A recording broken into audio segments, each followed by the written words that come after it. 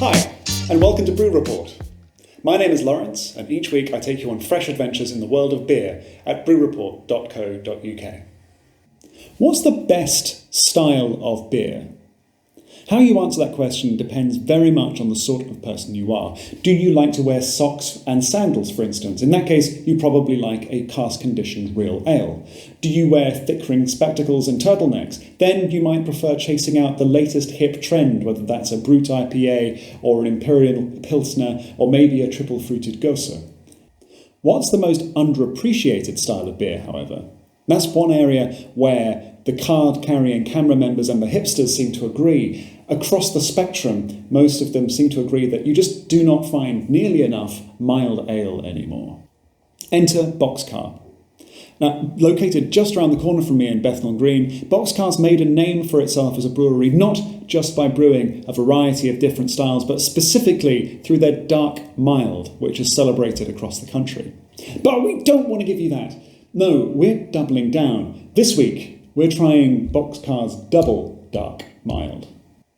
The can looks a little unusual for Boxcar. Rather than the dark label with the can art very much concentrated to that window, instead here we have that purple and gold can label stretching all the way around the can. It looks luxurious, it looks tempting, it looks inviting, all adjectives that I hope will apply as much to the beer within as much as it does to the label. Let's see what we're dealing with.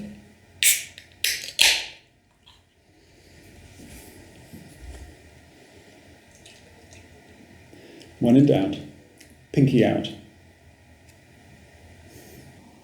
For a beer that's called Double Dark Mild, this doesn't disappoint. It is indeed doubly dark, looking almost indistinguishable from a stout, some might argue. It's dark, it's thick, it's creamy looking. The head is starting to fade now, but that's a sort of creamy beige colour with fairly fine bubble structure. Now this is unusual, because for other dark miles that we're used to, say from Robinson's or Timothy Taylor's, their beers are dark, but they're not completely black. They're still a little bit translucent. This is unusually opaque for dark mild, looking more like a stout in that respect. The aroma is fruity, plums, raisins, maybe a little bit of booze there, a little bit of brandy, but it's not overpowering. It's certainly not a very strong aroma that we're picking up off this one. There's much more going on when this beer hits the tongue. There's that plummy, raisiny, fruity sweetness that you picked up on the aroma, but that's undercut with charcoal malt, that charcoal patent malt that's bringing that level of bitterness and dark, smoky flavour to balance that whole beer sensation out. The mouthfeel is thick and luxurious. There's a touch of effervescence, but only the slightest tingle of bubbles against the tongue. It's a very easy drinking, creamy experience. It's that raisin fruity sweetness that hangs around on the finish, not entirely dissimilar to Christmas cake. So what's the verdict? Well, we've got a can that looks attractive and inviting, if a little off-brand for Boxcar and perhaps a little less attractive than their standard offering. The beer itself looks beautiful, it's dark, it's creamy, it's inviting. The aroma is a little bit subtle, but brings those sweet, fruity, plum, raisin aromas.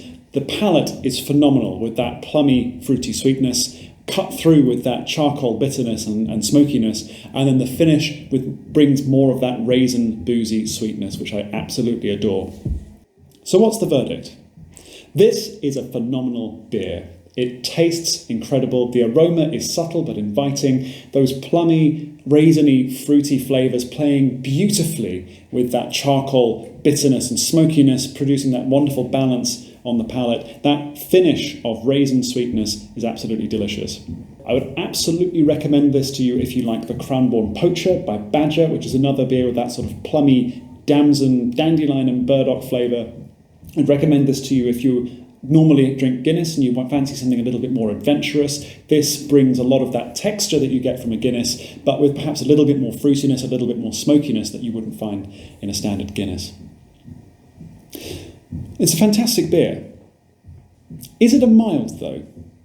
Traditionally, a mild is a lighter beer, if not in colour, at least in its alcohol content and the amount of flavour you'd expect to pick up from it. Most mild ales tend to be well below 4%. This is 6.3. Most mild ales tend to be very light in terms of flavour. They're very drinkable, they're very light, they're very quaffable even. This is heavier, and honestly, it's the sort of thing that you would enjoy drinking, but you couldn't manage all night. It gets some leeway from being a double mild rather than a standard, but that raises a question of at what point does it stop being a mild and just revert to being a stout? And this feels very much like it's in that category. This feels like a very good, fruity, flavoursome stout rather than anything resembling that mild. That's it from me. What I want to know now is, what did you think? Have you tried this beer? Do you have strong opinions on what constitutes a mild or a stout and where the boundary falls between the two? Are you just happy to be drinking a flavoursome, fruity, fun beer?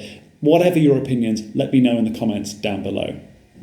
That's it from me for this week. You can find more content as always on brewreport.co.uk, and until next week, happy drinking.